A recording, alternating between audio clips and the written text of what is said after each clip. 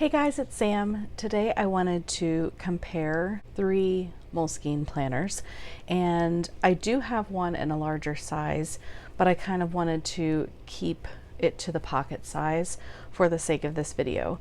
The one that I have that is the larger size is going to be the weekly, just in a bigger footprint. It's also a hardcover. So I've talked about the Moleskine several times on my channel, and I really do love this little planner. There's just been a few things that have been missing for me, and I think that what I really would love would be some kind of mashup between the weekly and the monthly that I have just found. And I didn't even know that this particular planner existed until Mandy from Planning Basics on Instagram had shown it. And I was like, this is what I needed specifically for the monthly.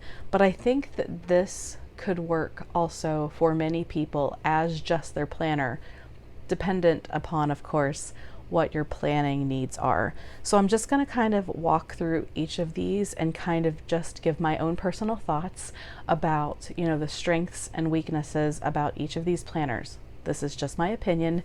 If you love one of these more than the other, or you lean towards one of these more than I am, we all have our own opinions and we have our own needs. So it's just my opinion and my opinion alone. But I really do love the Moleskine planners. I would love for them to be like my one and only. I feel like I'm kind of narrowing things down. I've talked a lot this year about having all of the options and kind of feeling like there are too many things, overwhelming like my mind with option overload. And right now I'm kind of like, rings really works well for me, but I really do love a bound book, and I really do love the idea of my Hobonichi weeks, and I've used it successfully for so long. So right now I'm kind of in the narrowing things down place, whether or not it's going to be what I've done before, forcing myself to use a planner for a month and seeing how it works, which is what got me into about 4 or 5 months of using pocket rings last year, very happily, I might add. Or if it's going to turn into personal rings, some kind of Moleskine situation, or back to the Hobonichi weeks, if I can get the whole pen situation sorted out, I'm not sure. But for now, I just kind of wanted to talk about the options that I have, and yeah, maybe talking through it will help someone else. So my first introduction with the Moleskine, not the notebook, I've used notebooks from Moleskine off and on for years now, but the actual planners themselves. My first introduction was the Pocket Weekly Planner. And so for me, I really like this one. I like the little weekly footprint. For me, the cons are this really super tiny monthly, and I also don't enjoy that there are so many things in between that don't seem like usable space to me personally. I have seen other people with opinions that these things are very interesting to them, or they find ways to use them. So if that's perfect for you, wonderful. It's just not useful to me. And then when you get into the weeklies themselves, the way I like to use a planner, Sunday is just a little too small for me, specifically when you get to a page, let me see if I can find one, where they have like all the holiday stuff written. A couple of these little boxes are like this, and you just have so much space that's taken up. It doesn't happen often enough that using like whiteout is going to be like a huge problem. It's just kind of the minor inconvenience of having to do that so that you can see what is written there. Of course, it doesn't have lines on this side, which most planners that have this kind of horizontal week on one page layout, most of them do not. I would prefer them have them, but this paper, in my opinion, is a little less finicky than the Hobonichi Weeks paper, depending on the pen that you're using. And so I find it a little easier to write here without the lines. I also like that these lines are not like the smallest possible grid like you find on the Hobonichi Weeks. So this whole layout would overall work for me. My perfect layout for this planner, I think, would be to move Monday up here and have equal spacing for all days of the week. just because I like the way that looks personally. I've heard others really like this split on the bottom. I doubt they're going to change it. This planner has been around for a while now. The other downside for this one to me is that you then have very few pages in the back here for your little notes. But otherwise, this is, in my opinion, for such a small and compact planner, it's near perfect. There are people who have added pages in, which I was starting to do, and they have some personal information on them, so I'm not going to share them. But the kinds of trackers and things that I need, you can tip in to this planner, making it more efficient. It's nice and slim. Of course, you don't have to have it in a cover of any kind because it has that elastic band on it. And when you do so, this weighs practically nothing and doesn't bulk up your bag. So I really like this one, and I have used it and loved it for many weeks. I just haven't been able to make this like the planner for me. The second one is going to be the daily, which I'm really sad that I'm not using this right now. And I'm not saying that I won't end up in it. I'm not like throwing any of these out or anything. I'm keeping these planners that I have settled on for the year to kind of move back and forth between, so that while I do like my whole experiment about using a planner for, I don't know, between a week to a month to see how I settle into it, this is definitely still on the board, and it took me forever to find the soft cover version of this one. But this one, I had gone back and forth.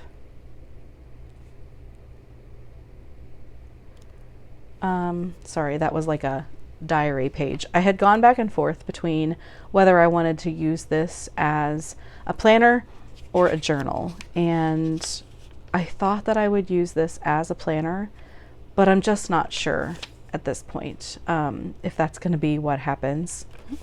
Like just this, you know, just this.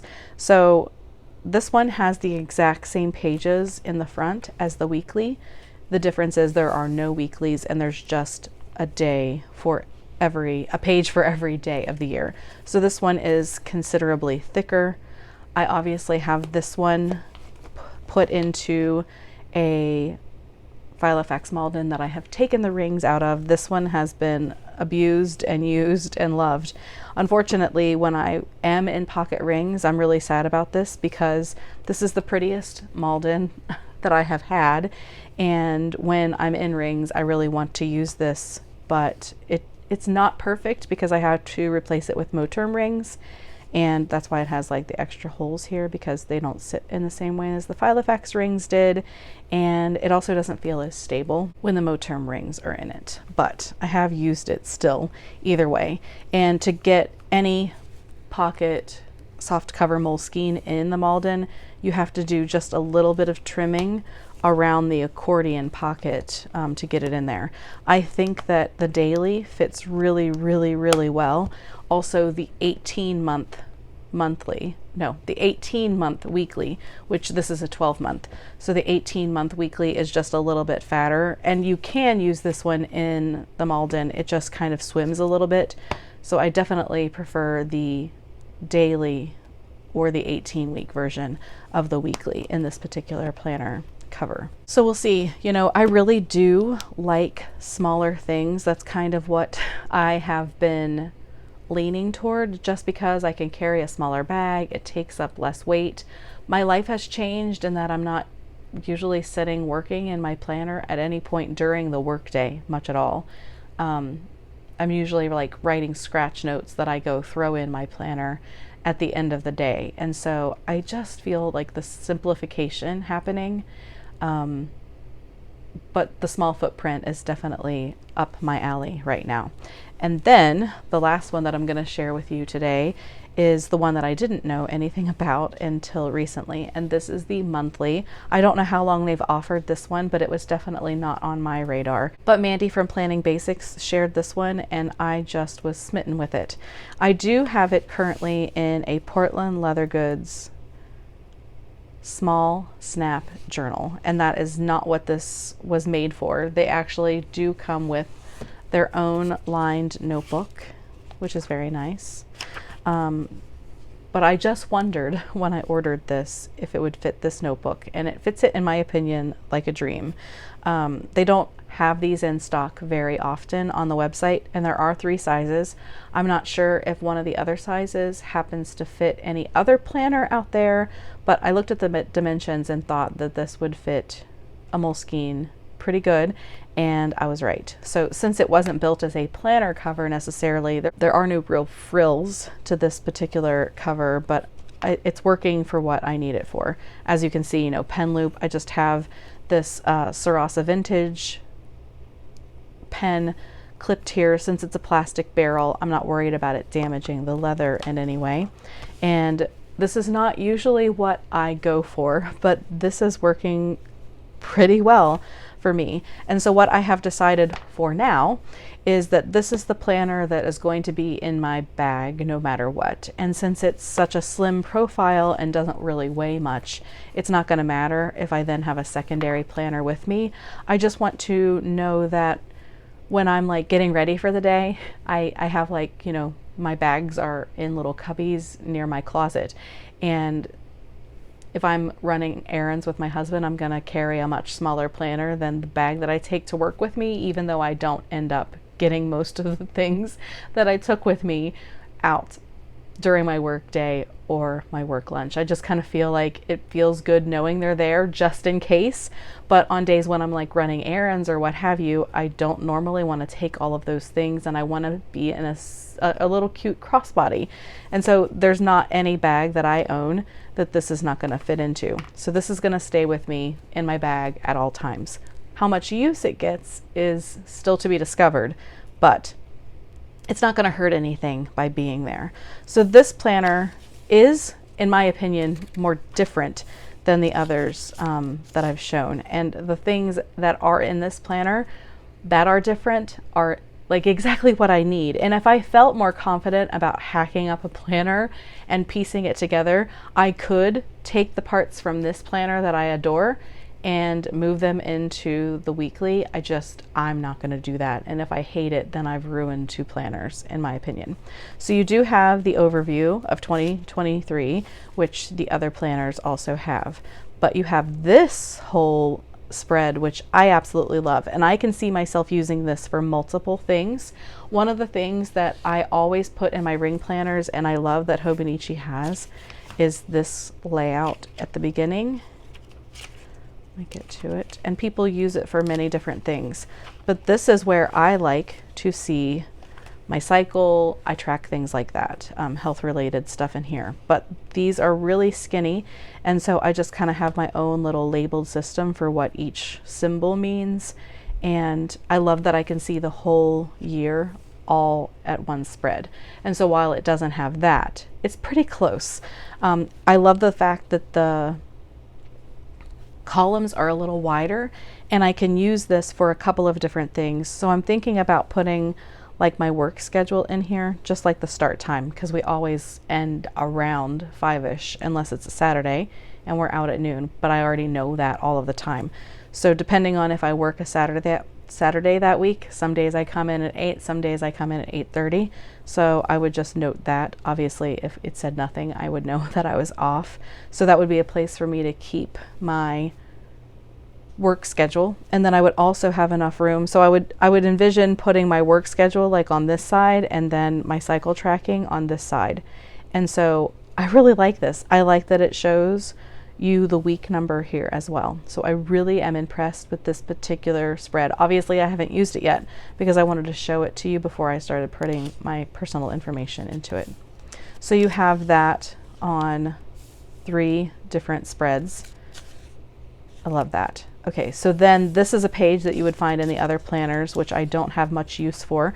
This is where, if this ended up being my like only planner, like my main planner, this is where I would paste in my recurring task list and my tracker for the one thing that I'm tracking consistently this year, which is my daily Bible reading. And then you have 2024 at a glance, which is great for making forward appointments or just kind of noting, hey, what day is my birthday on next year, that kind of thing. Then you have the same calendar flow for 2024, which again would be great for making future plans, future appointments, and such. I don't know that I will use this one just because I don't normally have a lot of appointments that I roll forward into a calendar that I can't see, but it's there for you if that's something that is useful for you. You then have the whole time zone situation, and then more of those useful pages. This is all identical to the other planners. And then you move into the monthlies, which is what the main part of this planner is. This is a monthly planner. So look at how much bigger your monthly boxes are as opposed to the weekly or daily version of this. This is super tiny, and I don't have naturally tiny handwriting, and it's really difficult for me to get stuff into this one. This one, I went ahead and updated. I have already updated all of the main events that I know are happening throughout the year, our birthdays and such. And I didn't have any trouble writing anything down. The only thing that I would think is if you have a super heavy used month, this is probably still not going to be big enough for you. And I thought that I would also, oops, wrong one. I thought I would also compare it to my Pocket Plus rings boxes. So they are bigger even than Pocket Plus rings, which I think is great. Like I said, I didn't have any struggles filling in things for this. So then in between each and every month, you have this 2-page lined spread, and that is how the whole planner goes. So you have month, 2 pages, month, 2 pages, month, 2 pages until the end of the year. And as much as I love a weekly spread, I think that this can work for me if I wanted it to as my only planner, because unfortunately, most of the running to-do tasks that I have on any given week don't often get done on that week. I have a lot of things, like for several weeks now, I've needed to and have continued to gather my tax documents. I don't think we're just gonna have to do 3 years of city taxes all at once this year. Washing my car, honestly, I could just put that 4 times. I could make 4 X's or do little dots to show that I've done it every week, because that's ultimately the goal, to use up our monthly pass that we pay good money for. And then we also have a full service place that we go to. So we once a month give them $10 extra so that they like wipe everything down inside the car and give it a good vacuum. So I only want to make sure that I have done that at least once. We don't have little kids anymore, and so my car doesn't really get dirty. It needs a once over. So I was doing a couple of things here, and so most of this is over. I just have a couple of other things that I want to get rid of in both of these, so I'm not ready to completely mark them off yet. And then we are doing our eye exams today, actually, so I'm going to have that marked off. And then I have 3 yearly appointments that I need to go ahead and schedule for the year, and so when those are done, I'll probably just do a dot for each one again. And then I just want to remind myself, I don't need to shop as much, and I'm trying to find other things to do besides spend money and bring unneeded things into our home. Just more one-on-one time with our kids or our family as a whole. We've done a lot more card nights. We've been building a Lego set that I got for Christmas from my husband. And so a lot of these things, like I've decided that I don't need to write like I know that the bathroom needs cleaned, or that I want to make the bed, or to run the vacuum and what have you. And I don't need to have those things in a list to make sure that they get done. So these are more like things that I need to have my memory triggered because they're not on my everyday radar. Going to the grocery store, I know I'll need to go, so I don't necessarily need to write that down. But I feel like even though this planner has a lot of things, including several more pages in the back than I currently have, one of the things that I struggle with in bound books, like the Hobonichi Weeks, is putting information down that I don't necessarily need. And then I really like rings for that. If I'm using a page, it's just a scratch note or what have you, I know I can easily take it out, no big deal. So I have added a field notes to the front of this, and I love that I can easily just pull it out and open up this, and this is just going to be whatever, and I don't have to keep this notebook, or I can, and this isn't a big deal to me. So this can be a daily, it can be a brain dump, it can be whatever I want it to be. So it's kind of like a little pocket planner and a little mini bullet journal together in one very slim profile, which I'm really liking. So I still didn't get something done yesterday because we just didn't. So I put down what I had to do today, the planned scheduled appointment, that I wanted to film this video and that I need to take pictures. So I also need to add in here to book the room for our little anniversary trip that we're doing, because we still hadn't decided exactly when we were going, so I couldn't book a room until I knew that. So we decided last night when we were going. That's something that I'm going to be able to do hopefully today. And I really like that I can switch between a monthly view, a running to do, like major task overview, and a daily or a whatever notebook. This can be whatever I want it to be. There are no rules to it, and I love that. Obviously, I haven't even decorated that. I decorated all of my planners this year.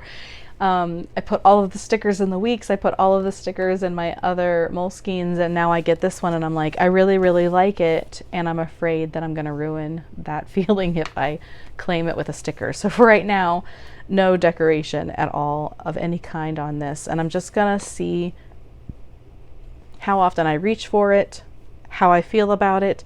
It's going to go in the rotation of this is going to be my only planner for a week or a month or something, and we'll see how it goes. But I really like that this one has the monthly space that I need.